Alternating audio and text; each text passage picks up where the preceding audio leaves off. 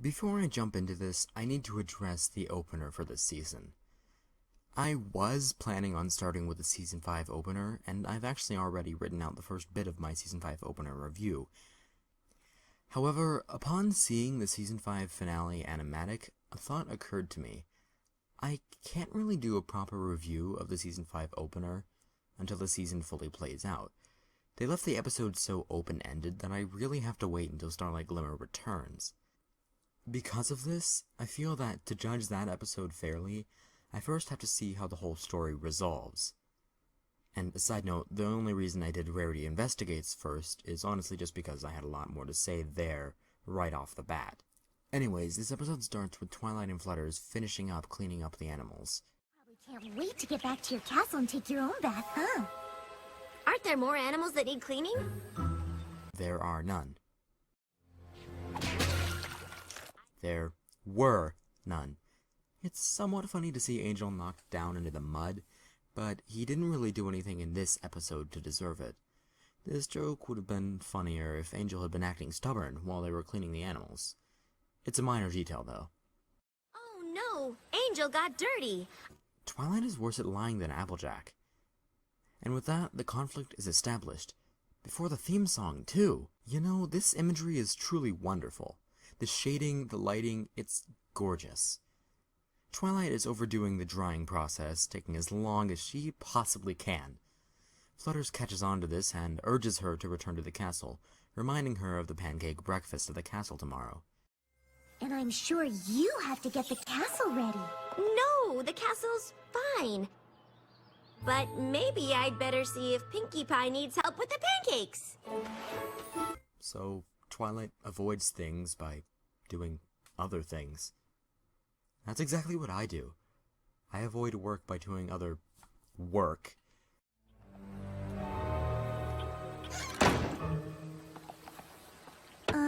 Angel?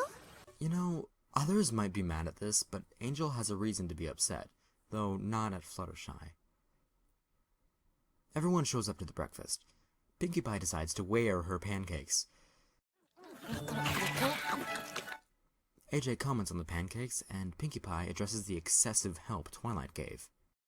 Twilight spent all night helping me pick the flavor. I kept thinking we found the right one, but she insisted I make even more to try. Reinforcing how Twilight is procrastinating going back to the castle. Eventually, we ran out of time, so we just went with every berry, any chip surprise. The surprise is I lost a measuring spoon in the batter. Some pony's gonna get a very special pancake.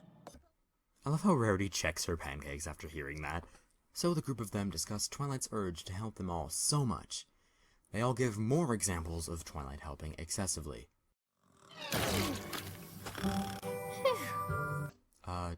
Twi? Are you sure you want to use those pancakes like that? I mean, I like pancakes as much as the next guy, but that sticky syrup's gonna take weeks to get out of your coat and mane. Some pony who's avoiding something, that's who. Soon as she wakes up, we're gonna find out what. I like how Pinkie is the one who got the surprise. She lost the spoon, so she's the one who had to pay for it in the end. And, of course, she doesn't care. Pinkie's scream of glory wakes up Twilight. No, I'm not going to make a joke out of the line you all remember. It's too obvious. The group addresses their concerns for Twilight. She's been avoiding the castle, it turns out. They all freak out, wondering why in the world she'd want to.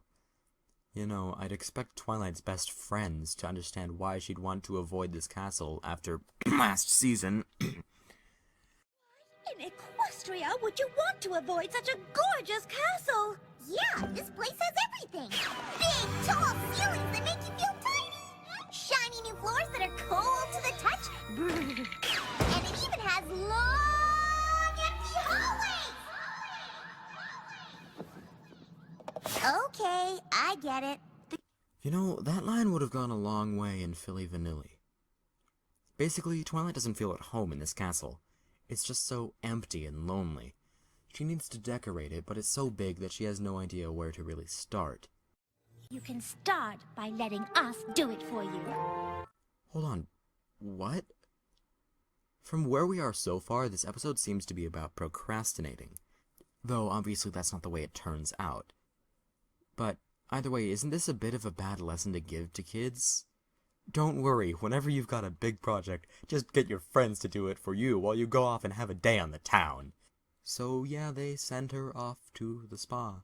Just know you'll do a great job because no pony knows me better than you. Well, you'd assume that, but just look at the past few minutes. They had no clue why you didn't like this place. It's like they weren't even there for the Season 4 finale when all of their memories were destroyed. Applejack uses an expression about cider and... There's gonna be cider? Really? Look, that joke isn't funny. Not the cider thing, but the taking an expression literally thing. It's never funny. You do realize that, right? It's just not. It may have been funny once upon a time, but that time has long since passed. Spike walks in and... Rarity plushie? That's adorable. But did Rarity make that for him? I mean, are they not supposed to be past that whole crush thing by now? Sleep like a baby under that cold, cavernous... Spike, stop sitting on the table! Where are your manners? Rarity tells Spike to take Twine to the spa. Great! I've been meaning to get my claws done. I really like the way this is treated. He just casually mentions it, and that's all it is. No joke about how Spike is a boy who's getting his claws done. He just casually mentions it, and that's it. Props for not making fun of this, as well as giving kids a good example.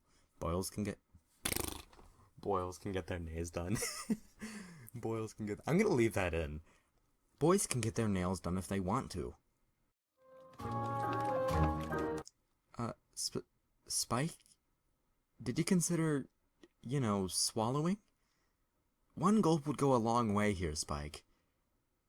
Song time! They get to decorating, but instead of focusing on Twilight's likes, they focus on their own. And we'll make a home she'll adore. No, you'll make a home you'll adore. They basically spend the entire song decorating in tunnel vision. They're just completely oblivious to how awful their decorations look in conjunction with everyone else's. Finally, the song ends, and they realize just how awful it is. Balloons are popping, animals are throwing apples everywhere, and the whole place is just cluttered and a mess. AJ, you know that rug's going on the floor, right? So yeah, the group refuses to admit how much everything clashes, commenting on one another's decorations with an unsure attitude. Apparently, Pinkie hid some confetti cannons around the castle. Finally, Spike comes in and loses his sanity. He's glad Twilight isn't with him to see this awful mess, and I would be too. The group sighs with relief that someone finally said it. Except Pinkie Pie. What are you guys talking about? I think it looks super fun!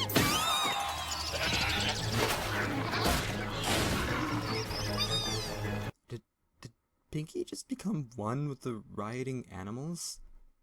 I think she did. So Fluttershy attempts to stop the animals, but they only stop when Rarity demands it. That's not how this should work. You writers don't understand how this works. Also, what was the point of that scene? To further demonstrate that this place was a mess? That was already pretty obvious. So now things are getting tight on time. Rarity sends Spike off to keep Twilight busy. He can't let her come home. Like, forever? But we live here. I'm not sure whether this line is amusing or stupid. Probably a little bit of both. Either way, Rarity feels the need to use Spike's crush from seasons ago to get Spike to go back, even though he's morally obligated to do that anyways. They decide to have each of them take out some of their decorations. Spike arrives at the spa and hairdo! Twilight asks about the castle, and instead of being logical and telling her that it's not ready yet, he decides to tell her it's doing great. I doubt Twilight would freak out that it's not ready yet. She would just be like, oh, alright, I didn't expect you guys to decorate an entire castle in a few hours anyways. Why don't we have a massage? I was really hoping to get this thingy. The extra strength hot stone deep tissue massage? Yep. I think I'll just have a traditional massage, but you go for it. Did some pony order massages? Yeah! Let's do this, little dragon! I guess Spike kinda deserved that for not avoiding the conflict when he easily could have. I hate it when he does that. Why don't you fire him then? That's 2 reviews in a row where I've suggested firing Sunpony. Running gag? Apparently, everyone besides Rarity has taken out their items, and Rarity just can't. Rarity, of all the ponies, should understand the concept of sacrificing ideas for the sake of art quality. And then she goes starting a fight with Rainbow Dash over criticism, even though she should be well adjusted to criticism. Okay, every pony calm down. Thank you, AJ. Knock some sense into them before Artie and Rarity start throwing punches. But that doesn't help, as they start throwing punches against the Peacemaker. Artie and Rarity actually team up against AJ. This group turning on one another just seems so forced. Some of the birds pop Pinky's balloons, and Pinky asks Fluttershy to make them stop. Guess they must not like being scared out of their wits by exploding confetti cannons or something. Whoa, Flutters, you didn't even really have any beef with Pinky. Hurtful sarcasm isn't something you do, Fluttershy. Sure, you can be dry and you can be sarcastic, but not directly aimed at somebody. It's not like Pinky really did anything wrong intentionally. But we can't get rid of the cannons! I don't remember where I hit him. This can't be the same Pinkie Pie that was prepared for ball emergencies, eye patch emergencies, and various other object-related emergencies. It can't be. Allow me to help you. Oh no, I'll help you. Not if I help you first! Help fight! Spike and Twilight are walking back from the spa. Twi's mane is normal again, but Spike is still in his origami form. The continuity lacks continuity. Weird. Twilight offers him a ride, but Spike says he wants to take the scenic route to the castle. Again, instead of telling her, hey, the castle's probably not quite ready yet, so maybe let's hang out around town or something. They eventually find themselves at the Golden Oaks Library, where Twilight and Spike reminisce. I really miss this place, Spike. We had so many wonderful memories here. Twilight suggests adding some of the tree's remnants to the castle's decorations. As the 2 of them are about to head back, Spike does this. Hop on.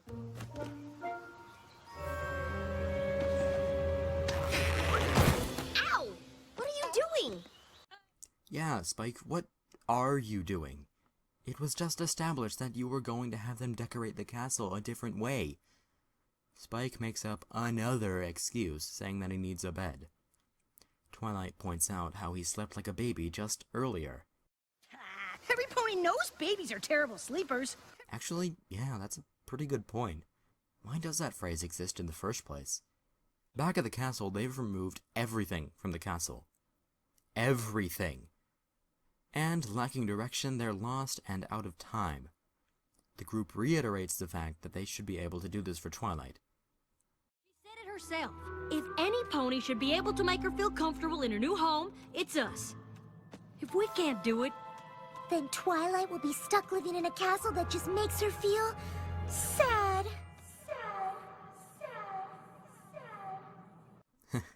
That's pretty impressive. It's hard to fill a performance hall with the sound of an entire wind ensemble, but Flutters fills this entire castle with the sound of her voice. Wowzers. Can't believe I let go of the portrait and they just let me figure it out. What do we do? What do we do? If Twilight comes home now, she'll be like, what did you guys do? And we'll have to be like, nothing. And then she'll be like, I was counting on you. Some friends you are. And we'll be like, ah! Yeah, that's probably about how I would react in this situation. AJ calms Pinky down. They need to figure out what they did wrong and fix it. Well, I didn't do anything wrong. I did exactly what I would do if this were my home. But it's not your home. It's Twilight's home. How have they not realized this all episode? They think about what Twilight loved about the library, then consider the memories they made there. Oh no! Continuity bomb. Take cover! They realize that those memories were what made the place home. So they go out to the library to see what memories they can recover. I can see it. Rarity's newest fashion lineup, Tree Grave Robbing Party. After a short montage, they finally put together the perfect decorations. Just in time, too, as Twilight and Spike wander in from outside. The hallway is completely unchanged, so Spike loses it. Come on! It looks exactly the same! Do you know how hard it was to keep her from coming back here? Have you tried telling her it wasn't ready yet? A short speech about memories and this beautiful spectacle of glory is shown to us. Each gem is a memory, or for us, a 5-second clip on YouTube. I'm Pancake! It's exactly what the castle needed. This scene was heart-melting. I genuinely cried upon first viewing this episode. It turns out that thing wasn't all they did. Each of them took a room for themselves to decorate. What was that? One of Pinkie Pie's confetti cannons. What? It's not my fault I hid them so well. That's a really nice line to end on. It shows that, though they fought, they can all laugh it off and still enjoy having one another around at the end of the day. This episode was far from perfect, but it was definitely good. The humor was for the most part great, and the continuity nods to past episodes were nice to see. A few glaring issues were present, and nothing particularly outstanding happened during the episode. This episode gets a 6.5 out of 10 from me. It introduced us to, more or less, what the meat of the season is going to be about, moving into a new chapter.